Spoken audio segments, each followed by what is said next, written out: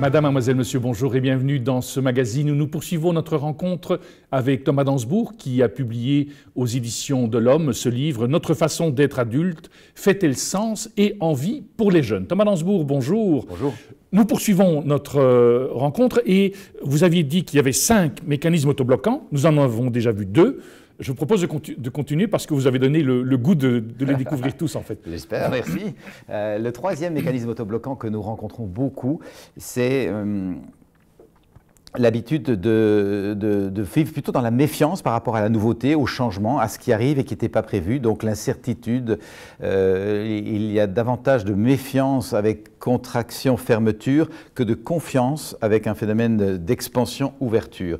Ceux qui ont une pratique du corps, comme de la méditation ou du tai chi ou du reiki, du yoga, sentent bien et savent que le corps a 2 mouvements de base, c'est expansion, ouverture ou contraction, fermeture. C'est précieux d'écouter son corps, parce que ça peut nous permettre d'avoir déjà certaines réponses dans la vie.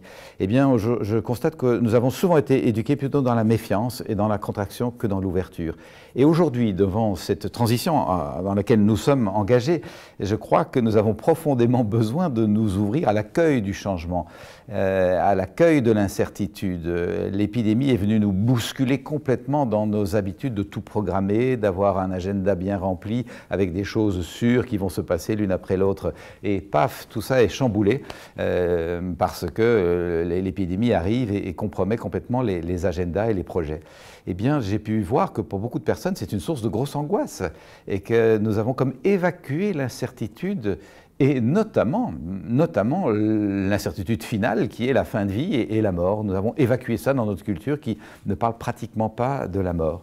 Et alors, nous avons absolument besoin de nous rappeler que c'est un facteur d'incertitude, la mort. Nous ne savons pas quand nous mourrons et comment nous mourrons. Et nous avons besoin de côtoyer cela pour donner du poids à la vie. C'est précieux d'être vivant. Ma vie est précieuse, votre vie est précieuse, la vie de mon enfant est précieuse, la vie de mon collègue de travail est précieuse, la vie de ma communauté dans laquelle je suis est précieuse. Si nous oublions la mort, je pense que nous négligeons la vie et nous avons donc besoin de réintégrer cette confiance dans la vie, cette ouverture et cette capacité à côtoyer l'incertitude et notamment celle de la fin dernière. Ça, c'est la troisième programmation autobloquante, s'ouvrir à la confiance, à l'ouverture. Là, je voudrais alors, quand vous parlez de l'incertitude, c'est quelque part finalement prendre conscience, c'est de croire que la vie est un dû alors qu'elle est plutôt un don. Ah, c'est tout à fait ça, absolument. Beaucoup de gens considèrent comme acquis d'avoir de la sécurité, d'avoir de la stabilité, d'avoir une ressource, d'avoir la santé, absolument, comme si ça tombait du ciel, et sans avoir conscience que tout ça, ça n'a pas toujours été le cas. Ce n'est pas toujours le cas pour bien de nos contemporains qui n'ont pas la sécurité, qui n'ont pas la santé, qui vivent dans la précarité. Nous avons besoin de nous réancrer dans cette essence de la vie pour effectivement ne pas prendre les choses comme acquis et vivre comme un enfant gâté, au fond, si je peux employer ce gros jugement, mais qui nous permet de nous faire comprendre, je crois. Donc ça, c'est le troisième mécanisme autobloquant. Il y en a encore 2 autres. Oui, le quatrième, c'est l'habitude de la division, séparation entre les choses plutôt que d'une pensée qui rassemble, qui est globale. Et je vois ces divisions d'abord dans la séparation d'avec la nature. L'homme se sent séparé de la nature et donc considère qu'il a du pouvoir, qu'il en est le maître et qu'il peut donc en abuser par des mécanismes que l'on voit tellement bien aujourd'hui, dont nous voyons les effets pervers, mécanismes d'extraction abusive qui fait que nous sommes dans un processus de destruction de la planète. Cette division, certains historiens la placent au moment où nous avons quitté l'époque des chasseurs-cueilleurs, où nous étions en symbiose avec la nature, avec les saisons, faisant partie d'eux, et que nous sommes devenus cultivateurs avec le besoin de clôturer notre territoire et de nous sentir maîtres de ce territoire. Ça peut être une explication. Une autre, ça peut être l'émigration massive des campagnes vers les villes et les industries au début de l'ère industrielle, donc le fait de quitter les cycles et les saisons et les rythmes de la nature, en tout cas, quelle qu'en soit l'origine. Je sens profondément qu'aujourd'hui, nous avons besoin de sentir que nous ne sommes pas dans la nature, nous ne sommes pas devant la nature, nous sommes de la nature. Nous sommes physiquement, biologiquement, une émanation du processus vivant auquel s'ajoute la conscience et le discernement. Mais ça ne nous donne pas du pouvoir sur, ça nous donne du pouvoir avec, comme un chef d'orchestre peut orchestrer pour que tout se mette bien ensemble et de façon harmonieuse. Et il est temps donc de sentir cette appartenance profonde en refréquentant plus régulièrement ce dont nous émanons, en tout cas sur le plan terrestre. C'est de redécouvrir cette mission, si nous croyons, de nous dire que nous sommes co-créationnels et non pas décréationnelle. Absolument, et que nous pouvons nous réenchanter de cette appartenance au monde. L'encyclique Laudato Si du pape nous parle complètement de cette reconnexion, d'honorer le vivant en toute chose et de nous en sortir par et pas sépare. Et ça, c'était un des premiers pièges de la séparation. Le deuxième, c'est la pensée binaire. Nous pensons souvent en soit ceci, soit cela, ou. C'est extrêmement divisant. J'accompagne les personnes depuis 25 ans dans la communication non violente, qui est un travail de réconciliation de ce qui paraît opposé et de pollinisation des polarités. Et je vois que tant que la pensée binaire est là, nous sommes divisés, nous sommes déchirés, nous sommes émiettés. Nous avons besoin d'apprendre à nous recueillir, vraiment au sens de cueillir les différentes parties de nous pour retrouver notre unité. Ça demande un travail de conscience, d'hygiène de conscience, et donc de quitter l'habitude de penser en tiroirs qui s'opposent, comme ça, qui est un des fruits de la pensée cartésienne qui malheureusement nous divise beaucoup. Et enfin, une autre séparation que je vois extrêmement régulière, c'est cette culture qui nous a forgés sur un je, me, moi, souvent égoïste, parfois même avide, accaparant, face à un tu, toi vécu comme hostile, peut-être même menaçant. Et nous avons oublié le nous. Nous avons oublié le nous tous, pas juste le nous autres, partisans de tel parti ou de telle religion, face à vous autres, qui est dans telle autre parti ou telle autre religion, qui recrée de la division, de la séparation, de l'émiettement, mais le nous tous, nous tous les passagers du vaisseau terrestre, de cette grande famille qui navigue sur ce vaisseau et qui est unie dans un même sort. Nous avons vraiment besoin de retrouver cette conscience du collectif, de la communauté. Et ça ne tombe pas du ciel de nouveau, ça s'apprend, ça se travaille, ça nous demande de nous défaire de notre ego. Et pour pouvoir défaire de notre ego, nous devons apprendre à le comprendre pour ne pas nous y opposer, mais le laisser tranquillement se dissoudre, d'où l'enjeu du travail d'intériorité citoyenne dont nous avons déjà parlé.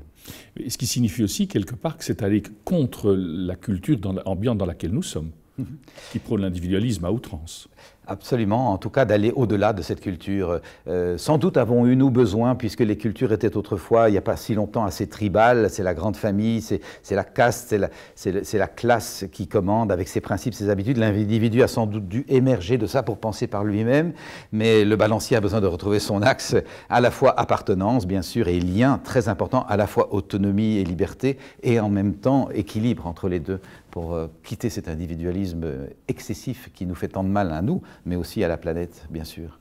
5 mécanismes autobloquants, ça veut dire que ça demande tout un travail d'intériorisation, tout un travail de vérité, qui ne peut pas se faire seul, je suppose. C'est difficile de le voir seul. Souvent, c'est par les échanges que tout d'un coup, on le perçoit.